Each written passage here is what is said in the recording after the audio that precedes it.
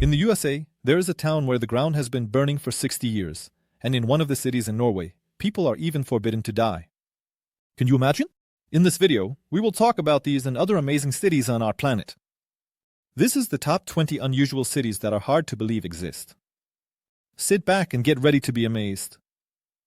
Let's begin. When was the last time you visited a cemetery? The residents of Colma are there all the time. In a small Californian town, 1,500 people live alongside 1.5 million graves. There are 1,000 dead for every living person here. In the early 20th century, the authorities of San Francisco moved all the burials from the city cemeteries to a specially designated place, where the town of Colma eventually emerged. Cemeteries are everywhere here, on lawns, in parks, in fields. Residents drink coffee in the morning, looking out the window at rows of graves, over which crows ominously circle. Colma is called the City of Silence, and it lives up to its name 100%. What is it like? To live with a constant reminder of death? In the form of thousands of graves? Do the townspeople suffer from nightmares at night? The residents answer these questions with humor and cynicism. It's no wonder the town's motto is "It's great to be alive in Colma." But it's not just the dead who don't see a clear sky overhead. In Spain, 3,000 people live under huge rocks that have become the roofs of their homes. Most of the town of Sereno de las Bodegas is located right under the arch of ancient rocks, as old as the world. In the summer, this natural protection provides coolness, and in the winter, it shields from the cold winds blowing from the north. People have long appreciated the undeniable convenience of living under a layer of stone. The first inhabitants appeared here about 5,000 years ago. A visiting tourist might be frightened by the tons of rocky mass hanging overhead, but the townspeople are confident it won't fall. According to scientists, the rock is about 100 million years old and will stand for about as long. But who knows, maybe in the future, something will change drastically. The locals aren't concerned with these questions. They continue to peace. Enjoy the wine stored in ancient wine cellars, where there are certainly no rocks, in the lost city of Slab City in the California desert. However, in this city, there is also no plumbing, sewage, or electricity. The 200 residents live among rusty trailers and tents on the ruins of an old military base. Even the police don't venture here, so visiting this city can be quite dangerous. Many call Slab City the last free city in the USA. Surprisingly, the locals manage not only to survive without the amenities of civilization, but also to engage in art. It's hard to believe, but there are quite a few cultural sites in Slab City. One of them is Salvation Mountain, where Bible verses have been painted using thousands of liters of paint. So what exactly is Slab City? A haven for the righteous or a den for criminals and the destitute? The answer is likely somewhere in between. Well, what if you wouldn't want to live in a trailer, in the middle of the desert without plumbing and electricity? Turn to the professionals from the Production Association system. This is a leading manufacturing enterprise offering a full range of services from designing modular buildings and homes for various purposes, of any level of complexity, to developing design projects, including interior finishing. The guys guarantee their work, which is very important in our time. If in the absence of police, one might still believe, surely in every city some religions are practiced, right? But no. In a small Indian town, there are neither recognized religions nor churches. There's not even a hint of politics here. This miraculous settlement is called Oroville, a kind of utopian city. The residents of Oroville mostly wear white, plant rice on the red soil, and live in clay huts. There is no mine or yours here. Everything is shared, and people work for the benefit of all the city's residents. They are extremely creative, love to engage in painting, writing, and also value solitude. In the center of Oroville is a large golden sphere, the Macromander, or the Temple of the Mother. Inside, anyone who wishes can meditate and contemplate the eternal. Is this truly a utopia or just an experiment? In creating the perfect city, has it not yet faced serious challenges? Will Oroville become a dystopia in the future? Unlike the residents of Oroville, the people of Agashima have to constantly be on alert. The 170 residents of the town live in a crater in the middle of the Pacific Ocean, where the ground is warm from the breath of the underground depths. Thermal springs attract tourists, the blue sea beckons, and the trees whisper ancient stories. But you'll stop enjoying the scenery when you notice the gas masks in the hands of the townspeople. Due to the potential eruption, people here constantly have to carry masks with them, expecting the worst. In the 18th century, more than half of the island's inhabitants died from an eruption. Despite the danger, people continue to cultivate fields and raise children here. But how fragile their well-being is. Beyond the Arctic Circle, tranquility is also a luxury, not a commonplace. In the Norwegian town of Longyearbyen, 2,000 people live amidst permafrost. Here, far away. In the north, day and night can last for 4 months each. But that's not the most surprising thing. There are strange laws in the town. For example, you can't have cats, give birth, or even die here. In the frozen ground, it's impossible to dig graves for bodies. The ban on children is due to the absence of a maternity hospital in the town.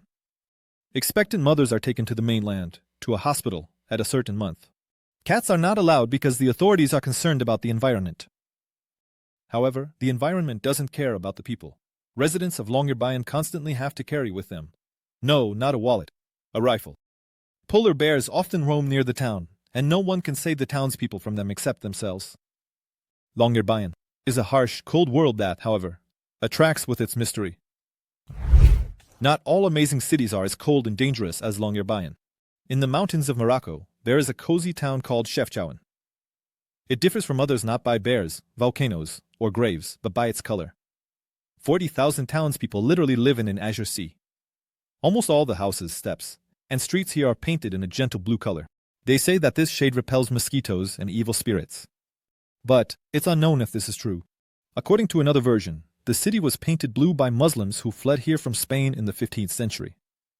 For the refugees, this color symbolized the color of the sky, and therefore, the color of God. Whichever version is true, one thing is clear: the city has acquired an amazing and magical appearance. It literally hypnotizes with its endless azure walls. Perhaps you can really see God? It's one thing when a city has enough of one color for painting. But what to do if there's not enough space for streets? The answer is Yanjin, the narrowest city on Earth. In some places, its width can be just 30 meters. There is no open space here, only the sound of water and the mist descending from the nearby high mountains. To get to the other side of the street, you need to swim across the river, otherwise, going around will take a very, very long time. But that's not the only thing that troubles the city's residents. Sometimes the rivers overflow and threaten to flood the streets. Fortunately, the houses are built on high stilts, so the elements do not threaten them. The Chinese city of Yanjin is definitely not for people who value personal space. And, although people manage to settle in the most unusual places, sometimes the living conditions become simply unbearable. The city of St. Ralia in the USA is an example of this. Once a flourishing city, 60 years ago it became the embodiment of hell on earth. In 1962, people accidentally set underground coal deposits on fire, leading to dire consequences. Smoke began to seep not only through the coal mines but even through cracks in the asphalt. Plants started to die from the heat of the ground, and people were suffocating from the billows of smoke. This led the U.S. authorities to evacuate the city's residents. Now only 5 people live there, but they don't like to make contact. What keeps them here, in this hellish corner of the earth? Maybe they are waiting for someone who is down there, in the depths of the burning mines. The residents of Laren, Canada are not afraid of the mines. They work in them tirelessly. The city is located at an altitude of 5,100 meters and is the highest inhabited place on Earth. Just think about it. Elbrus is higher, but Laren, Canada is only 500 meters lower. The local residents suffer from cold weather, rain, and a lack of oxygen. But why do they stay here? The answer is simple: gold. Almost every man here mines it, hoping to make a fortune.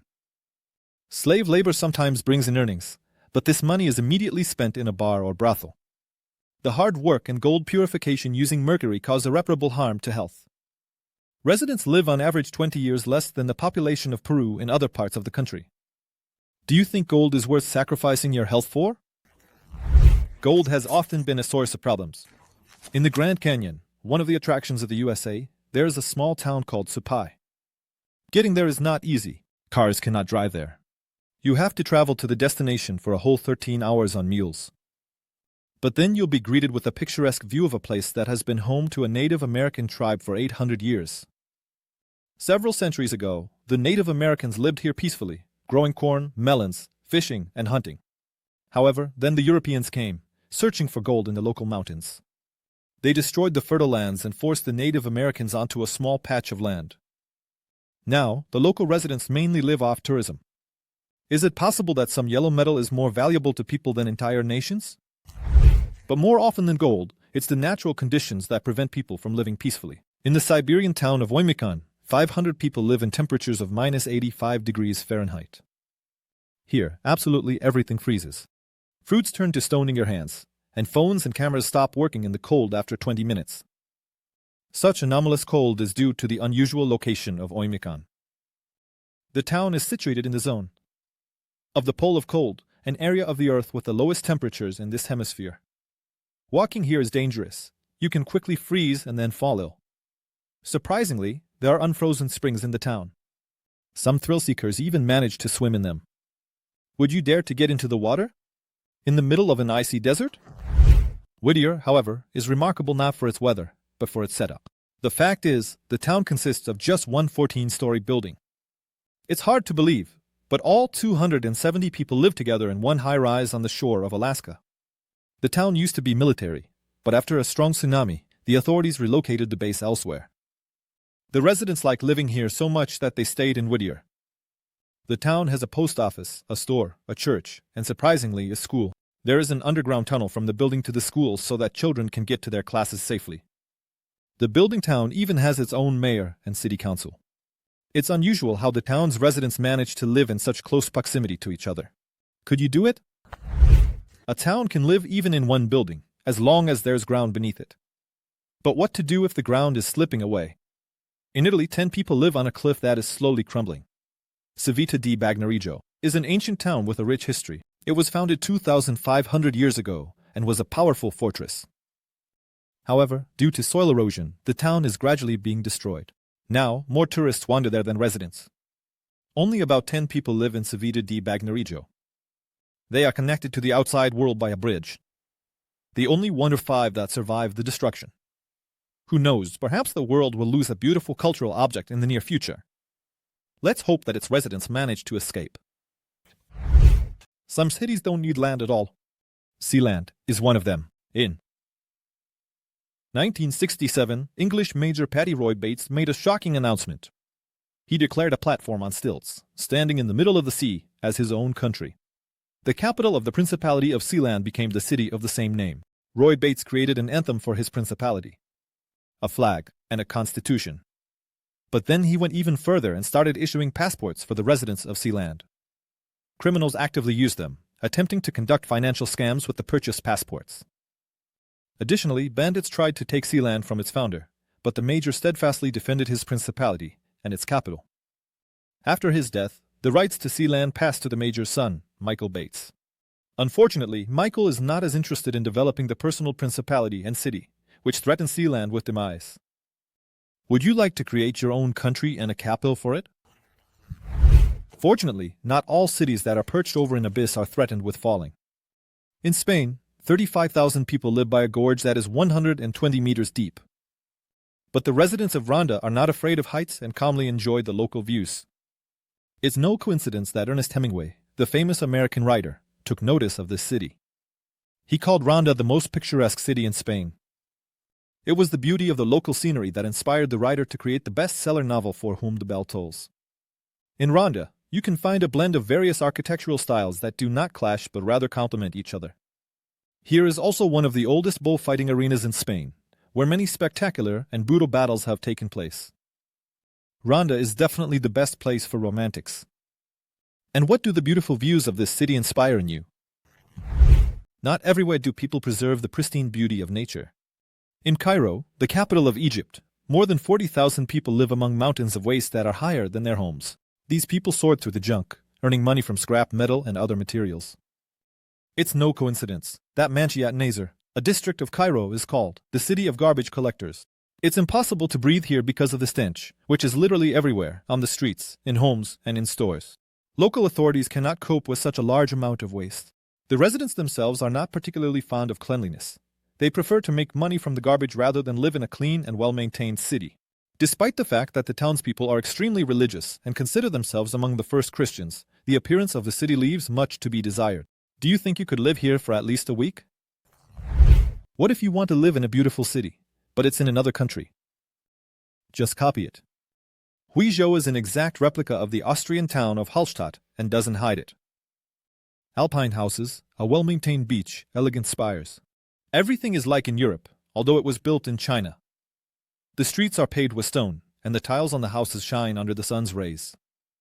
This lakeside area was inhabited as far back as 7,000 years ago. But who would have thought that an Austrian town would be built here? You can reach this architectural marvel by ferry or bus. You definitely won't regret your trip. The architects even recreated a bone house, a place where the remains of the deceased were stored. This was due to the fact that the town's cemetery could not accommodate all the deceased. The Chinese know how to amaze. Which Hallstatt would you like to visit? The original or the copied one? There are 2 Hallstatts in the world, but only one city of aliens. That's Roswell in New Mexico. As people say in 1947, a UFO crashed here. Since then, the town has been teeming with aliens. Their statues are everywhere, and stores sell extraterrestrial souvenirs and toys. If they wish, tourists can stay in a themed hotel. However, the cost of accommodation there will be significantly higher than in a regular one. Also, in Roswell, there are museums where people can learn more about the history of aliens. Aliens have even taken over the bars here. In one of these, you can have a drink with a green friend. Although scientists have not confirmed the existence of aliens, in Roswell, they definitely exist. Do you believe in aliens? Besides the city of aliens, there is an entire city of circus performers in the USA. Surprisingly, but such a place really does exist. In the city of Gibsonton, caravans with clowns and trained lions began to gather in 1945. Since then, carnival performers, jugglers, and magicians return to Gibsonton every winter, where they peacefully practice their skills and train animals. Here, you can quite calmly encounter a lion on the lawn being taught to jump through hoops. Over time, crowds of tourists began to visit the city to see the amazing town. Renowned circus performers from all over America perform here, amazing the crowd with tricks and stunts. Could you live in an eternal carnival? Which city from the list surprised you the most? Where would you like to visit? And which city would you definitely not go to? Write your opinion in the comments. Like and subscribe to the channel if you want to see even more interesting places on Earth.